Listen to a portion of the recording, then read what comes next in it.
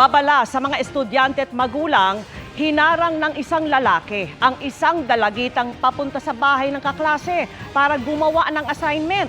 Ang biktima kinumbinsing sumakay ng motorsiklo.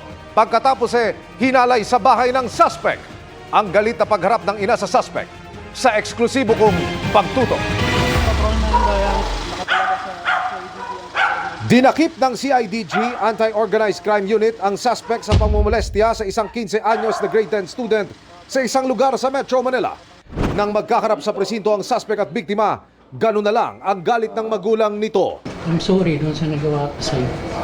No, uy, kaya dapat hindi mo nga ginawa yun sa kanya. Sorry po, wala naman pong masamang iba pang nagawa sa inyo. Sorry. Ngayon ka lang nagsusorry yung kailan na dapat ipinag-isipan mo muna yan.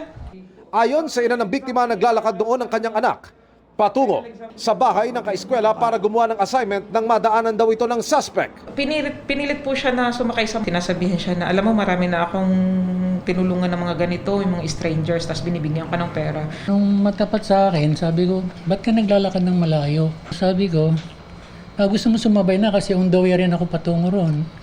Sumakay naman siya sa motor ko.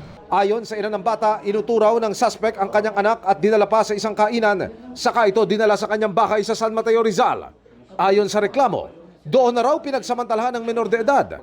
Agad na natukoy ang pagkakakilanlan ng suspect sa pamamagitan ng plate number ng motorsiklo nito. At nang i-verify sa e-warrant, wanted pala ang suspect na isang dating salesman. Merong kasong kinakaharap na staffa. Sa pag-implement ng arrest, nakunan din siya ng imposition ng deadly weapon. Totoo pong nangyari, kasalanan ko rin.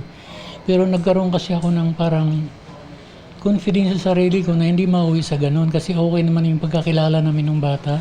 Pero unexpected ko po na yun pala 15 years old lang.